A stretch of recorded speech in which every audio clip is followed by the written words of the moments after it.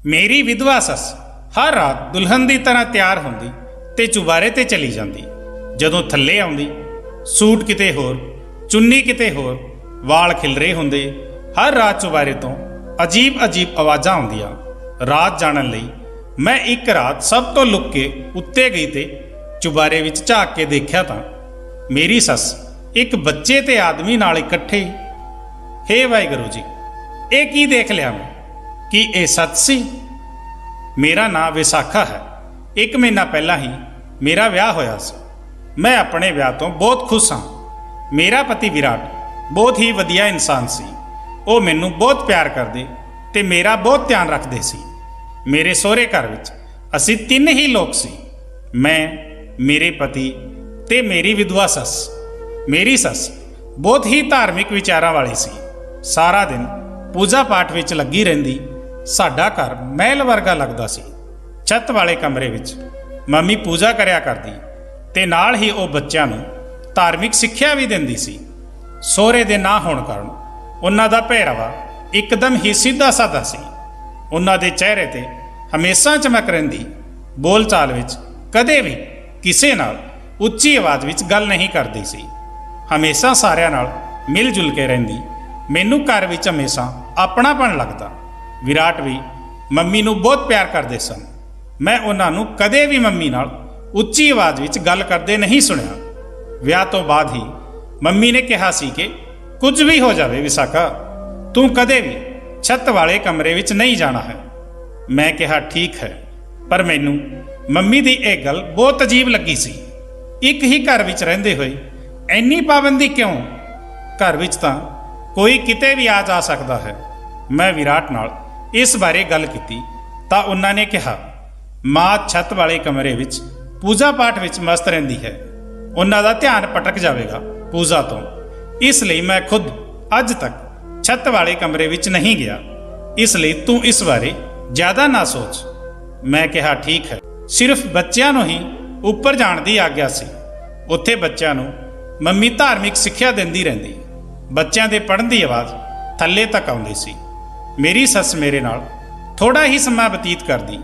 उन्हां दा ज़्यादा समा बच्चों नूं धार्मिक सिक्ख्या देण ते पूजा पाठ करन विच ही बीतदा सी। विराट एक आग्याकारी मुंडा सी। उन्हां दी बस यही उम्मीद सी कि मैं घर दा ध्यान चंगे तरीके नाल रखां ते मम्मी दा आदर सत्कार करां, क्योंकि मम्मी ने बहुत बुरे हालातां विच जिंदगी गुजारी सी। उन्हां नूं बहुत सारे दुखों का सामना करना पिया सी। मम्मी का विआह बहुत छोटी उम्र विच ही हो गया सी अते भरी जवानी विच ही सहुरे की मौत हो जाने तो बाद भी विराट करके मम्मी ने दूसरा विआह नहीं करवाया सी। विराट ने मैनू कहा कि तू मैनू वादा करके तेरी वजह नाल मम्मी नूं कदे कोई तकलीफ नहीं होवेगी। मैं कहा इन्नी सीधी सादी ते धार्मिक विचारां वाली मम्मी तो मैनू की परेशानी होवेगी?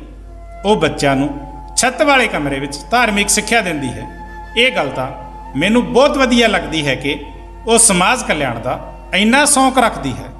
बच्चों नूं पढ़ाउण दे पैसे भी नहीं लैंदी सी, पर कुछ दिनों तो उन्हां दीयां हरकतां ठीक नहीं लग रही सन।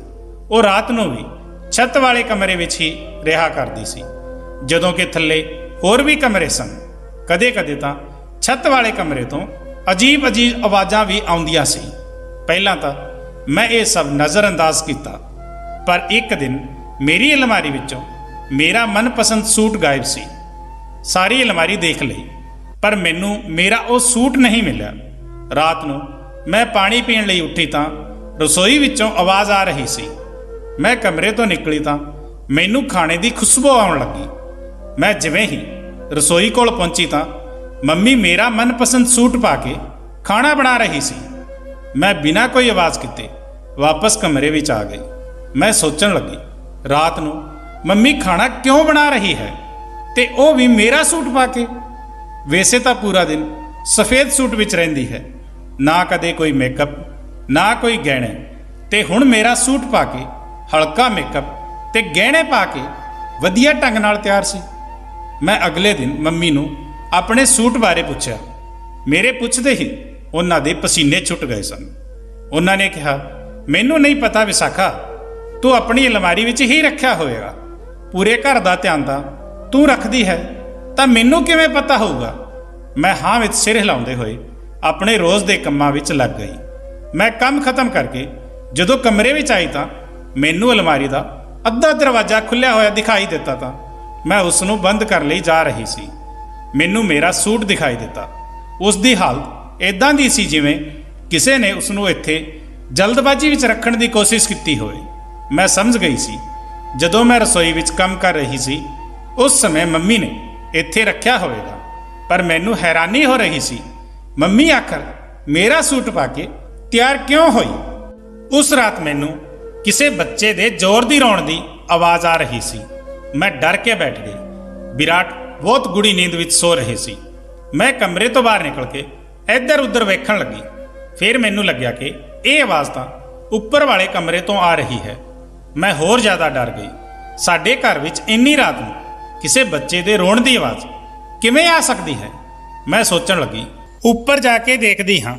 ਫਿਰ ਮੈਨੂੰ ਯਾਦ ਆਇਆ ਕਿ ਮੰਮੀ ਨੇ ਮੇਰਾ ਉੱਪਰ ਜਾਣਾ ਸਖਤ ਮਨਾ ਕੀਤਾ ਹੋਇਆ ਹੈ।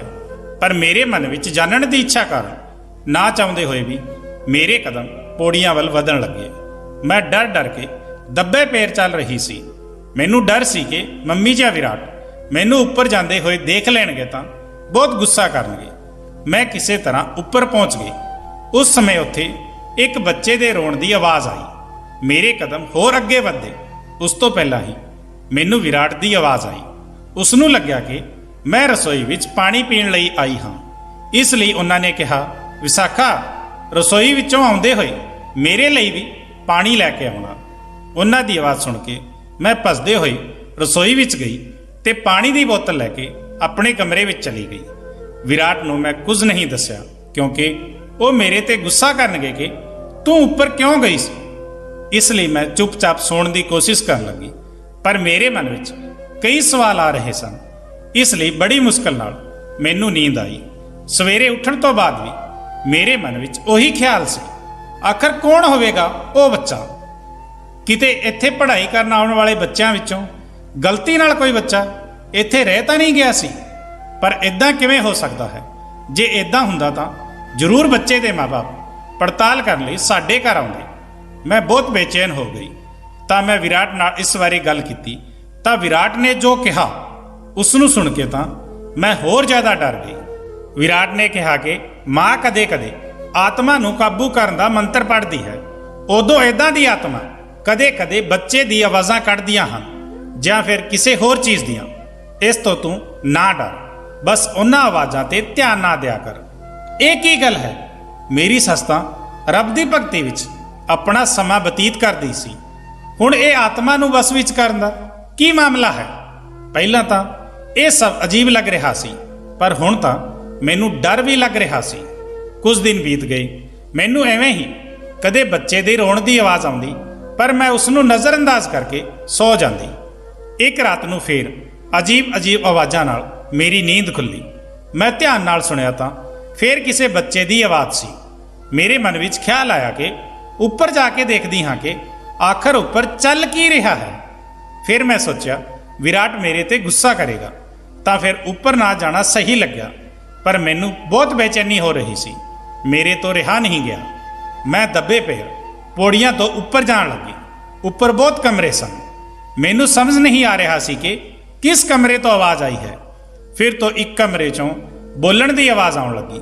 ਉਹ ਬੱਚਾ ਕਹਿ ਰਿਹਾ ਸੀ, ਮੈਨੂੰ ਛੱਡ ਦਿਓ, ਮੈਨੂੰ ਜਾਣ ਦਿਓ, ਮੈਂ ਇੱਥੇ ਨਹੀਂ ਰਹਿਣਾ ਹੈ, ਮੈਨੂੰ ਇਹ ਸਭ ਪਸੰਦ ਨਹੀਂ ਹੈ, ਛੱਡੋ ਮੈਨੂੰ।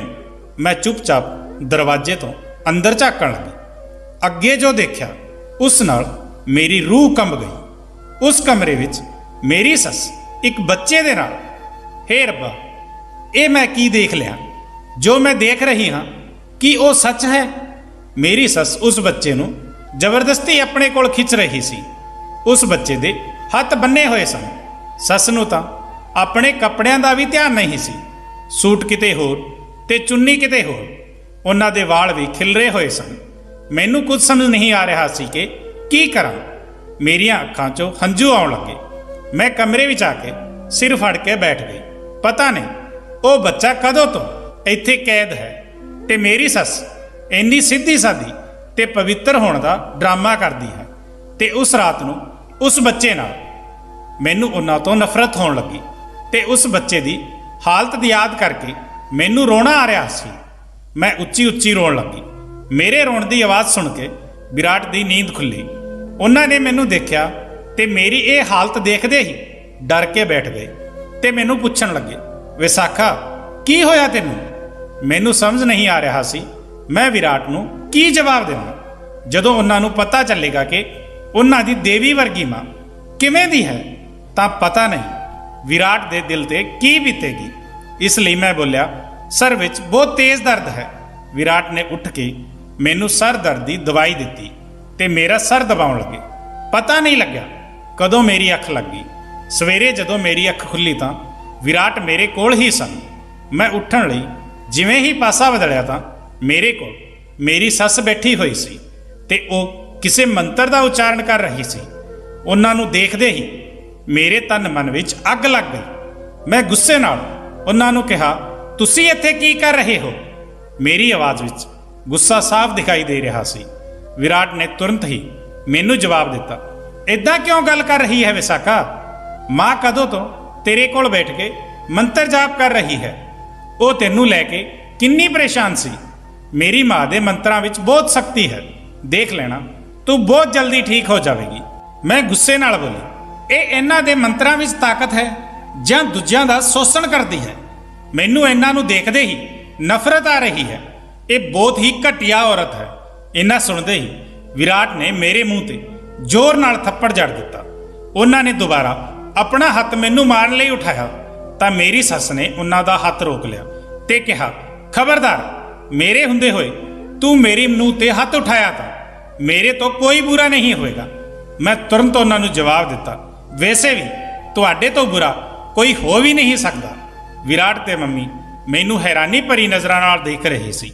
ਮੈਂ ਪਹਿਲੀ ਵਾਰ ਇੰਨੇ ਗੁੱਸੇ ਨਾਲ ਕਿਸੇ ਨਾਲ ਗੱਲ ਕੀਤੀ ਸੀ। ਵਿਰਾਟ ਨੇ ਮੈਨੂੰ ਕਿਹਾ, ਵਿਸਾਖਾ ਤੇਰਾ ਦਿਮਾਗ ਤਾਂ ਨਹੀਂ ਖਰਾਬ ਹੋ ਗਿਆ? ਤੂੰ ਕਿਸ ਤਰੀਕੇ ਨਾਲ ਮੰਮੀ ਨਾਲ ਗੱਲ ਕਰ ਰਹੀ ਹੈ? ਮੈਂ ਹੁਣ ਹੋਰ ਮਾਂ ਦੀ ਬੇਇੱਜ਼ਤੀ ਬਰਦਾਸ਼ਤ ਨਹੀਂ ਕਰ ਸਕਦਾ ਤੇ ਮੇਰੀ ਬਸ ਤੇਰੇ ਤੋਂ ਇੱਕ ਹੀ ਮੰਗ ਸੀ ਕਿ ਤੂੰ ਮੇਰੀ ਮਾਂ ਦੀ ਇੱਜ਼ਤ ਕਰੇਗੀ। ਜੀ ਹਾਂ, ਮੈਂ ਉਹਨਾਂ ਦੀ ਬਹੁਤ ਇੱਜ਼ਤ ਕਰਦੀ ਸੀ, ਪਰ ਹੁਣ ਹੋਰ ਨਹੀਂ। ਇਹ ਮੇਰੀਆਂ ਨਜ਼ਰਾਂ ਤੋਂ ਗਿਰ ਚੁੱਕੇ ਹਨ। ਇਹਨਾਂ ਨੂੰ ਮੈਂ ਦੇਵੀ ਵਰਗੀ ਔਰਤ ਸਮਝਦੀ ਸੀ, ਪਰ ਇਹ ਔਰਤ ਦੇ ਰੂਪ ਵਿੱਚ ਸ਼ੈਤਾਨ ਹੈ। ਸਾਰਾ ਦਿਨ ਰੱਬ ਦੀ ਪੂਜਾ ਦਾ ਡਰਾਮਾ ਕਰਦੀ ਹੈ ਤੇ ਰਾਤ ਨੂੰ ਆਪਣੀ ਹਵਸ ਮਿਟਾਉਣ ਲਈ ਛੋਟੇ ਬੱਚਿਆਂ ਦਾ ਸ਼ੋਸ਼ਣ ਕਰਦੀ ਹੈ। ਕਿੰਨੀ ਘਟੀਆ ਗੱਲਾਂ ਕਰ ਰਹੀ ਹੈ ਤੂੰ ਵਿਸਾਖਾ। ਮੇਰੀ ਮਾਂ ਬਾਰੇ ਹੁਣ ਮੈਂ ਇੱਕ ਹੋਰ ਸ਼ਬਦ ਨਹੀਂ ਸੁਣ ਸਕਦਾ। ਬਸ ਕਰ। ਮੇਰੀ ਸੱਸ ਚੁੱਪਚਾਪ ਖੜੀ ਹੋ ਕੇ ਸਾਰੀਆਂ ਗੱਲਾਂ ਸੁਣ ਰਹੀ ਸੀ। ਮੈਂ ਕੁਝ ਵੀ ਗਲਤ ਨਹੀਂ ਬੋਲ ਰਹੀ ਹਾਂ। ਤੁਹਾਡੀ ਮਾਂ ਨੇ ਪਤਾ ਨਹੀਂ ਕਿੰਨੇ ਬੱਚਿਆਂ ਨੂੰ ਉੱਪਰ ਦੇ ਕਮਰੇ ਵਿੱਚ ਬੰਦ ਕਰਕੇ ਰੱਖਿਆ ਹੈ। ਮੈਂ ਆਪਣੀਆਂ ਅੱਖਾਂ ਨਾਲ ਦੇਖਿਆ ਹੈ। ਕੱਲ ਰਾਤ ਨੂੰ ਇਹ ਉਸ ਬੱਚੇ ਨਾਲ ਜ਼ਬਰਦਸਤੀ ਕਰ ਰਹੀ ਸੀ। ਉਸ ਬੱਚੇ ਨੂੰ ਰੱਸੀ ਨਾਲ ਬੰਨ ਰੱਖਿਆ ਸੀ। ਮੈਨੂੰ ਤਾਂ ਉਸ ਬੱਚੇ ਦੀ ਚਿੰਤਾ ਹੋ ਰਹੀ ਹੈ। ਪਤਾ ਨਹੀਂ ਕਦੋਂ ਤੋਂ ਇੱਥੇ ਬੰਨਿਆ ਹੋਇਆ ਹੈ ਤੇ ਤੁਹਾਡੀ ਮਾਂ ਕਹਿੰਦੀ ਹੈ ਕਿ ਇਹ ਸਭ ਆਤਮਾਵਾਂ ਦੀ ਆਵਾਜ਼ ਹੈ। ਤੁਸੀਂ ਪੜ੍ਹੇ ਲਿਖੇ ਹੋਣ ਦੇ ਬਾਵਜੂਦ ਵੀ ਇਹਨਾਂ ਗੱਲਾਂ ਤੇ ਵਿਸ਼ਵਾਸ ਕਰਦੇ ਹੋ। ਇੱਕ ਵਾਰ ਆਪਣੀਆਂ ਅੱਖਾਂ ਨਾਲ ਦੇਖ ਲਓ, ਸ਼ਾਇਦ ਉਸ ਬੱਚੇ ਦੀ ਮਾਸੂਮੀਅਤ ਬਚ ਜਾਂਦੀ। ਮੇਰੀਆਂ ਗੱਲਾਂ ਸੁਣ ਕੇ ਮੰਮੀ ਦਾ ਚਿਹਰਾ ਫਿੱਕਾ ਪੈ ਗਿਆ। ਹੁਣ ਉਹਨਾਂ ਦੇ ਸਾਰੇ ਪਾਪਾਂ ਦਾ ਪਰਦਾਫਾਸ਼ ਹੋ ਜਾਵੇਗਾ। ਮੈਂ ਵਿਰਾਟ ਦਾ ਹੱਥ ਫੜ ਕੇ ਕਿਹਾ, ਚਲੋ ਮੇਰੇ ਨਾਲ, ਅੱਜ ਤੁਹਾਨੂੰ ਮੈਂ ਤੁਹਾਡੀ ਮਾਂ ਦੀ ਸੱਚਾਈ ਦੱਸਦੀ ਹਾਂ। ਉਸ ਸਮੇਂ ਮੰਮੀ ਦਰਵਾਜ਼ੇ ਤੇ ਖੜੀ ਹੋ ਗਈ ਤੇ ਸਾਨੂੰ ਰੋਕਦੇ ਹੋਏ ਕਹਿਣ ਲੱਗੀ, ਤੁਸੀਂ ਜੋ ਵੀ ਮੇਰੇ ਬਾਰੇ ਸੋਚਣਾ ਹੈ ਸੋਚੋ, ਪਰ ਮੈਂ ਤੁਹਾਨੂੰ ਉੱਪਰ ਨਹੀਂ ਜਾਣ ਦੇਵਾਂਗੀ। ਵਿਰਾਟ ਨੇ ਕਿਹਾ ਕਿ ਨਹੀਂ ਮੰਮੀ, ਅੱਜ ਦੇਖ ਵੀ ਲੈਣ ਦਿਓ ਇਦਾਂ ਦਾ ਕੀ ਹੈ ਉੱਪਰ ਵਾਲੇ ਕਮਰੇ ਵਿੱਚ। ਫਿਰ ਮੈਂ ਤੇ ਵਿਰਾਟ ਉਸ ਕਮਰੇ ਤੱਕ ਆ ਗਏ, ਪਰ ਉਸ ਕਮਰੇ ਦੇ ਦਰਵਾਜ਼ੇ ਤੇ ਜਿੰਦਾ ਲੱਗਿਆ ਹੋਇਆ ਸੀ। ਵਿਰਾਟ ਨੇ ਸਖਤ ਆਵਾਜ਼ ਵਿੱਚ ਉਸ ਕਮਰੇ ਦੀ ਚਾਬੀ ਮੰਮੀ ਤੋਂ ਮੰਗੀ। ਫਿਰ ਮੰਮੀ ਨੇ ਕੰਬਦੇ ਹੋਏ ਹੱਥਾਂ ਨਾਲ ਕਮਰ ਵਿੱਚ ਲਟਕਦੀ ਹੋਈ ਚਾਬੀ ਵਿਰਾਟ ਨੂੰ ਦੇ ਦਿੱਤੀ। ਮੈਂ ਮਨ ਹੀ ਮਨ ਵਿੱਚ ਖੁਸ਼ ਹੋ ਰਹੀ ਸੀ ਕਿ ਹੁਣ ਉਸ ਬੱਚੇ ਨੂੰ ਇਸ ਕੈਦ ਤੋਂ ਛੁਟਕਾਰਾ ਮਿਲ ਜਾਵੇਗਾ। ਜਿਵੇਂ ਹੀ ਦਰਵਾਜ਼ਾ ਖੋਲ੍ਹਿਆ ਤਾਂ ਅੰਦਰ ਇੱਕ ਬੱਚਾ ਬੈਠਿਆ ਹੋਇਆ ਸੀ ਤੇ ਉਸਦੇ ਕੋਲ ਬੈੱਡ ਤੇ ਇੱਕ ਆਦਮੀ ਲੇਟਿਆ ਹੋਇਆ ਸੀ, ਜਿਸ ਨੂੰ ਦੇਖ ਕੇ ਵਿਰਾਟ ਭੱਜ ਕੇ ਉਸ ਆਦਮੀ ਦੇ ਕੋਲ ਗਿਆ ਤੇ ਕਹਿਣ ਲੱਗਾ, ਪਾਪਾ ਤੁਸੀਂ ਜਿਉਂਦੇ ਹੋ? ਉਸ ਸਮੇਂ ਮੰਮੀ ਕਮਰੇ ਦੇ ਅੰਦਰ ਆਈ ਤੇ ਕਹਿਣ ਲੱਗੀ, ਹਾਂ ਪੁੱਤ, ਤੇਰੇ ਪਾਪਾ ਜਿਉਂਦੇ ਹਨ। ਮੈਨੂੰ ਮਾਫ ਕਰ ਦੇ ਪੁੱਤ, ਮੈਂ ਤੇਰੇ ਤੋਂ ਇਹ ਸੱਚ ਲੁਕਾਇਆ। ਮੈਂ ਕੀ ਕਰਦੀ ਪੁੱਤ, ਹਾਲਾਤ ਹੀ ਇਦਾਂ ਦੇ ਸੀ। ਤੇਰੇ ਪਾਪਾ ਦੇ ਐਕਸੀਡੈਂਟ ਹੋਣ ਤੋਂ ਪਹਿਲਾਂ ਸਾਡੇ ਤੇ ਬਹੁਤ ਕਰਜ਼ ਸੀ। ਅਸੀਂ 2 ਵਕਤ ਦੀ ਰੋਟੀ ਲਈ ਵੀ ਤਰਸ ਗਏ ਸੀ। ਕਰਜ਼ਦਾਰ ਹਰ ਰੋਜ਼ ਘਰ ਚੱਕਰ ਕੱਟਦੇ ਸੀ। ਇਸ ਲਈ ਮੈਂ ਬੱਚਿਆਂ ਨੂੰ ਧਾਰਮਿਕ ਸਿੱਖਿਆ ਦਾ ਗਿਆਨ ਦੇਣਾ ਸ਼ੁਰੂ ਕੀਤਾ। ਮੈਂ ਸੋਚਿਆ 2 ਪੈਸੇ ਆਉਣਗੇ, ਇਸ ਨਾਲ ਇਹ 2 ਵਕਤ ਦੀ ਰੋਟੀ ਤਾਂ ਖਾ ਸਕਾਂਗੇ, ਕਿਉਂਕਿ ਜਿਉਂਦੇ ਰਹਿਣ ਲਈ ਪੇਟ ਭਰਨਾ ਜ਼ਰੂਰੀ ਸੀ। ਤੇਰੇ ਪਾਪਾ ਦੀ ਗੱਡੀ ਖਾਈ ਵਿੱਚ ਗਿਰ ਜਾਣ ਦੀ ਖਬਰ ਮਿਲੀ। ਅਸੀਂ ਬਹੁਤ ਲੱਭਿਆ, ਪਰ ਇਹਨਾਂ ਦੀ ਲਾਸ਼ ਨਹੀਂ ਮਿਲੀ। ਪੁਲਿਸ ਨੂੰ ਲੱਗਿਆ ਕਿ ਜੰਗਲੀ ਜਾਨਵਰ ਇਹਨਾਂ ਦੀ ਲਾਸ਼ ਨੂੰ ਲੈ ਗਏ ਹੋਣਗੇ। ਕੁਝ ਦਿਨਾਂ ਬਾਅਦ ਇਹਨਾਂ ਨੂੰ ਮਰਿਆ ਹੋਇਆ ਘੋਸ਼ਿਤ ਕਰ ਦਿੱਤਾ ਗਿਆ। ਇਹਨਾਂ ਦੇ ਨਾਂ ਤੇ ਜੋ ਬੀਮਾ ਸੀ, ਮੈਨੂੰ ਉਸਦੇ ਪੈਸੇ ਮਿਲੇ, ਜਿਸ ਨਾਲ ਮੈਂ ਕਰਜ਼ ਉਤਾਰ ਦਿੱਤਾ। ਫਿਰ ਕੁਝ ਦਿਨਾਂ ਬਾਅਦ ਮੈਨੂੰ ਇੱਕ ਅਣਜਾਣ ਨੰਬਰ ਤੋਂ ਫੋਨ ਆਇਆ। ਜਦੋਂ ਮੈਂ ਫੋਨ ਉਠਾਇਆ ਤਾਂ ਉਧਰ ਤੋਂ ਇਹਨਾਂ ਦੀ ਆਵਾਜ਼ ਆਈ। ਮੈਂ ਕਿਹਾ, ਤੁਸੀਂ ਜਿਉਂਦੇ ਹੋ? ਇਹਨਾਂ ਨੇ ਕਿਹਾ, ਹਾਂ ਰਾਧਿਕਾ, ਮੈਂ ਜਿਉਂਦਾ ਹਾਂ। ਮੈਂ ਜਦੋਂ ਗੱਡੀ ਤੋਂ ਖਾਈ ਵਿੱਚ ਡਿੱਗਿਆ ਤਾਂ ਮੇਰੇ ਦਿਮਾਗ ਤੇ ਸੱਟ ਲੱਗ ਗਈ ਸੀ ਤੇ ਮੈਂ ਬੇਹੋਸ਼ ਹੋ ਗਿਆ ਸੀ। ਤੇ ਨਾਲ ਦੇ ਪਿੰਡ ਦੇ ਇੱਕ ਆਦਮੀ ਨੇ ਮੈਨੂੰ ਉੱਥੇ ਬੇਹੋਸ਼ ਦੇਖਿਆ ਤਾਂ ਆਪਣੇ ਘਰ ਲੈ ਗਿਆ ਤੇ ਪਿੰਡ ਦੇ ਇੱਕ ਵੈਦ ਤੋਂ ਮੇਰਾ ਇਲਾਜ ਕਰਵਾਇਆ। ਪਹਿਲਾਂ ਕੁਝ ਵੀ ਯਾਦ ਨਹੀਂ ਸੀ ਅਤੇ ਫਿਰ ਸਭ ਕੁਝ ਯਾਦ ਆ ਗਿਆ। ਮੈਂ ਹੁਣ ਆਪਣੇ ਘਰ ਆਉਣਾ ਚਾਹੁੰਦਾ ਹਾਂ ਰਾਧਿਕਾ। ਫਿਰ ਮੈਂ ਤੇਰੇ ਪਾਪਾ ਨੂੰ ਮਿਲਣ ਉਸ ਪਿੰਡ ਵਿੱਚ ਗਈ। ਫਿਰ ਮੈਂ ਉਹਨਾਂ ਨੂੰ ਬੀਮੇ ਵਾਲੀ ਗੱਲ ਦੱਸੀ। ਫਿਰ ਇਹਨਾਂ ਨੇ ਕਿਹਾ, ਰਹਿਣ ਦਿਓ ਰਾਧਿਕਾ, ਮੈਂ ਇਸ ਪਿੰਡ ਵਿੱਚ ਹੀ ਰਹਿ ਜਾਂਦਾ ਹਾਂ। ਤੂੰ ਮੇਰੇ ਜਿਉਂਦਾ ਹੋਣ ਦੀ ਗੱਲ ਨੂੰ ਰਾਜ਼ ਹੀ ਰਹਿਣ ਦੇ। ਤੂੰ ਉਸ ਸਮੇਂ ਹੋਸਟਲ ਵਿੱਚ ਰਹਿੰਦਾ ਸੀ। ਮੈਂ ਉੱਥੇ ਇਹਨਾਂ ਨੂੰ ਮਿਲਣ ਜਾਂਦੀ ਸੀ। ਉਸ ਵਿਚਾਲੇ ਮੈਂ ਮਾਂ ਬਣਨ ਵਾਲੀ ਹੋ ਗਈ ਤੇ ਮੈਂ ਤੇਰੇ ਇਸ ਭਰਾ ਨੂੰ ਜਨਮ ਦਿੱਤਾ ਤੇ ਇਹਨਾਂ ਦੋਵਾਂ ਨੂੰ ਉੱਪਰ ਵਾਲੇ ਕਮਰੇ ਵਿੱਚ ਰੱਖਣ ਲੱਗੀ। ਤੂੰ ਜਦੋਂ ਪੜ੍ਹਾਈ ਪੂਰੀ ਕਰਕੇ ਹੋਸਟਲ ਤੋਂ ਘਰ ਆ ਗਿਆ ਤਾਂ ਮੈਂ ਤੈਨੂੰ ਇਹ ਸਾਰੀ ਗੱਲ ਨਹੀਂ ਦੱਸੀ, ਕਿਉਂਕਿ ਮੈਨੂੰ ਲੱਗਦਾ ਸੀ ਮੈਂ ਤੈਨੂੰ ਦੱਸਾਂਗੀ ਤਾਂ ਤੂੰ ਕਿਸੇ ਹੋਰ ਨੂੰ ਦੱਸ ਦੇਵੇਗਾ ਤੇ ਜੋ ਇਹ ਬੀਮੇ ਦੇ ਪੈਸੇ ਮਿਲੇ ਸਨ ਉਹ ਵਾਪਸ ਕਰਨੇ ਪੈਂਦੇ ਤੇ ਸਾਡੇ ਹਾਲਾਤ ਇਦਾਂ ਦੇ ਨਹੀਂ ਸਨ ਤੇ ਅਸੀਂ ਦੁਬਾਰਾ ਕਰਜ਼ ਵਿੱਚ ਡੁੱਬ ਜਾਂਦੇ। ਤੇਰੇ ਭਾਈ ਦਾ ਦਿਮਾਗ ਕਮਜ਼ੋਰ ਹੈ, ਇਸ ਲਈ ਇਹ ਅਜੀਬ ਆਵਾਜ਼ਾਂ ਕੱਢਦਾ ਹੈ। ਰਾਤ ਨੂੰ ਤੁਹਾਡੇ ਸੋ ਜਾਣ ਤੋਂ ਬਾਅਦ ਮੈਂ ਇਸ ਦੀ ਪਸੰਦ ਦਾ ਖਾਣਾ ਬਣਾ ਕੇ ਖਵਾਉਂਦੀ ਹਾਂ। ਮੈਂ ਇਸ ਨੂੰ ਜਦੋਂ ਵੀ ਪਿਆਰ ਕਰਦੀ ਹਾਂ, ਇਹ ਮੇਰੇ ਤੋਂ ਦੂਰ ਭੱਜਦਾ ਹੈ, ਕਿਉਂਕਿ ਇਸ ਨੂੰ ਇੱਕ ਹੀ ਕਮਰੇ ਵਿੱਚ ਘੁਟਨ ਮਹਿਸੂਸ ਹੁੰਦੀ ਹੈ। ਇਸ ਲਈ ਇਹ ਬੋਲਦਾ ਹੈ ਕਿ ਮੈਨੂੰ ਜਾਣ ਦਿਓ, ਮੈਨੂੰ ਛੱਡ ਦਿਓ। ਸਾਰਾ ਦਿਨ ਤਾਂ ਮੈਂ ਵਿਧਵਾ ਬਣੀ ਰਹਿੰਦੀ ਹਾਂ, ਪਰ ਰਾਤ ਨੂੰ ਮੈਨੂੰ ਸੁਹਾਗਣਾ ਦੀ ਤਰ੍ਹਾਂ ਸਜਣ ਦਾ ਮੌਕਾ ਮਿਲਦਾ ਹੈ। ਇਸ ਲਈ ਮੈਂ ਉਸ ਦਿਨ ਤੇਰਾ ਸੂਟ ਚੁਰਾਇਆ ਸੀ। ਵਿਰਾਟ ਪੁੱਤ, ਮੈਨੂੰ ਮਾਫ ਕਰ ਦੇ। ਮੈਂ ਤੇਰੇ ਤੋਂ ਐਡਾ ਵੱਡਾ ਰਾਜ਼ ਲੁਕੋ ਰੱਖਿਆ। ਮੇਰੀ ਸੱਸ ਦੀ ਸੱਚਾਈ ਸੁਣ ਕੇ ਮੈਨੂੰ ਖੁਦ ਤੇ ਸ਼ਰਮ ਆਉਣ ਲੱਗੀ। ਮੇਰੀ ਸੱਸ ਤਾਂ ਬਹੁਤ ਹੀ ਬਹਾਦਰ ਔਰਤ ਹੈ। ਆਪਣੇ ਪਰਿਵਾਰ ਨੂੰ ਬਚਾਉਣ ਲਈ ਇੰਨੇ ਸਾਲਾਂ ਤੋਂ ਵਿਧਵਾ ਦੀ ਜ਼ਿੰਦਗੀ ਜੀ ਰਹੀ ਹੈ। ਹੁਣ ਅਸੀਂ ਸਾਰੇ ਨਵੇਂ ਸ਼ਹਿਰ ਵਿੱਚ ਆ ਕੇ ਰਹਿਣ ਲੱਗੇ ਤਾਂ ਕਿ ਸਾਨੂੰ ਕਿਸੇ ਤੋਂ ਵੀ ਲੁਕਣਾ ਨਾ ਪਵੇ ਤੇ ਛੋਟੇ ਭਾਈ ਦਾ ਇਲਾਜ ਵੀ ਵਧੀਆ ਡਾਕਟਰ ਤੋਂ ਕਰਵਾਉਣ ਲੱਗੇ ਤਾਂ ਕਿ ਉਸ ਦਾ ਦਿਮਾਗ ਠੀਕ ਹੋ ਸਕੇ। ਫਿਰ ਮੈਂ ਆਪਣੀ ਦੇਵੀ ਵਰਗੀ ਮਾਂ ਤੋਂ ਮਾਫੀ ਮੰਗੀ। ਉਹਨਾਂ ਨੇ ਮੈਨੂੰ ਮਾਫ ਕਰ ਦਿੱਤਾ। ਹਰ ਵਾਰੀ ਅੱਖਾਂ ਨਾਲ ਦੇਖਿਆ ਸੱਚ ਨਹੀਂ ਹੁੰਦਾ।